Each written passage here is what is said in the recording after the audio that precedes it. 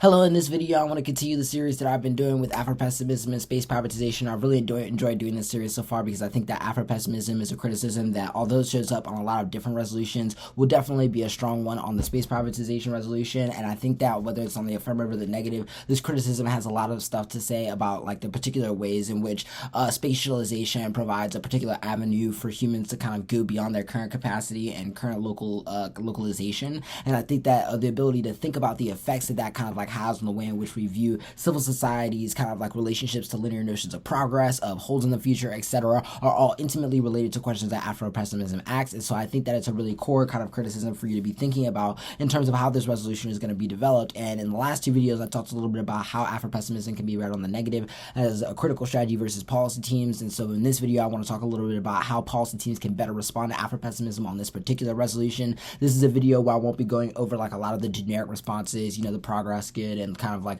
liberalism good arguments, Gordon arguments, etc., and more so talking about either applications of those types of arguments in the particular context of space, or what types of arguments you want to be making in the context of space overall to really kind of like use the resolution in a way that's really important for like the basis of which you're writing your arguments against this type of criticism. And I think that being able to kind of like understand like maybe the intro video can give you a good idea of the kind of like stretch of arguments I'll really be covering and using to inform what we'll be talking about here. I think that when we're just talking about just what are some of your priorities against this particular type of argument, I think that a big thing that I'll be pushing throughout these videos are ways that you can kind of like use the resolution and the uniqueness that it kind of like the uniqueness question that it kind of poses about why space privatization is unjust in the status quo as a starting point for the way in which you're able to put pressure on the alternative and other points of weakness in the terms of the criticism in order for you to kind of win that there is a way in which the world can get worse, or that our relationship to space can get worse, and that unlike the Earth, there is now like more expansive room for there to be kind of like emptied out. And if you can kind of win that there's a particular relationship to space that's already kind of like happened via the increase of like accelerated capitalism, etc., that means that we're already kind of like in a position where like someone is going to have access to space, whether it's like us or like private industries, etc., means that there's a more pertinent question about like how do we relate to these questions that the affirmative may be able to answer in ways that are able to respond to like a wide range of the criticisms that are kind of like offered by this type of like argument. And then I think that using that in order to frame like how you kind of want to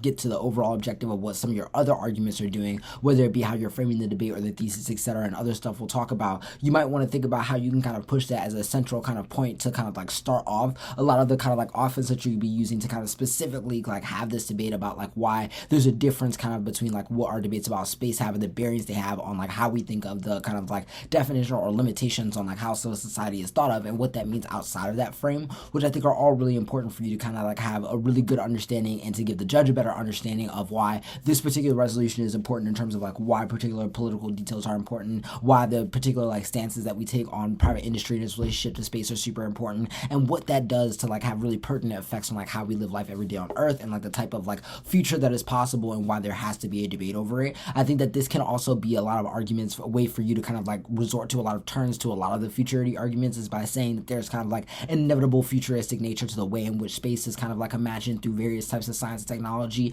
And so like imbuing like futuristic imaginations that move away from the ones that currently like create like self-destruction of humanity and various other sources of violence are like kind of like ethically necessary in order to kind of create better framings than the ones that are available right now, and using that as a starting point to kind of like make a lot of the criticisms that you want to make. I then think that going beyond that, a lot of the stuff that you may want to start saying for the particular framing portion of the debate is that I think that you should be trying to like get to the judge really to a question of like what is the way in which we can think about the role that kind of like space has in our relationship to it. And I think that posing the affirmative versus the alternative can be a good argument between that, because I feel like so many arguments from pessimism from the alternative standpoint have to kind of be a refusal to think about like space as something creative or generative or like necessary in order for there to be like a progressive like nature to humanity. And I think that putting pressure and using the resolution and making arguments about like why kind of like a ceding space to capitalistic privatization is kind of like the worst possible timeline could be a really interesting way for you to start like winning. Why particular arguments about like what education is important and the minute details that are kind of like necessary for the resolution are really like are really important for how we're able to kind of like think about like the terms of like what is generative under the resolution as a whole, and why the kind of like necessary details that the affirmative may provide from whatever avenue you're kind of giving may be good in order for us to kind of like have conversations that show the political and kind of like cultural and societal kind of impacts that space as a idea kind of has on various types of developmental other types of avenues of science, technologies, and just like ideas in politics and culture as a whole. I then think that when you kind of like transition to how you kind of deal with some of the more procedural arguments in the context of space, I feel like this is also a place where you can kind of lean on the question of the resolution to make it a question of just like the alternative mechanisms to like stopping space privatization don't really resolve the question of like how we actually get rid of those things fast enough or ensure that the space privatization actually stops. And alternative mechanisms can only resist those things but not actually like overturn their existence or like abolish them, right? And I think that you should make arguments about why those limitations mean that the best way in order to create a vision for how we're able to weigh the kind of like competitive world between the affirmative and the criticism is through a question of like what these mechanisms are able to do and like the solvency in which you can kind of hold them through, and you can kind of push like the basis of why that's kind of like a good fair point of contestation based off of the resolution, and why it makes up for a better way for like using debate as a particular space to kind of compare visions of space. I then think that when you transition into like the thesis portion of the debate, a lot of the arguments that you kind of want to be focused on here is really pushing like the question of like why not only is the uniqueness question like that you're kind of like considering from the jump really relevant to the question of like how we should be thinking about the inevitability of space as a whole, but why is the particular way that you're kind of like taking up the question of like what are the relationships between politics and space is particularly important. I think that this is when you start really bringing in a lot of the arguments about like why legal preciseness in the context of space is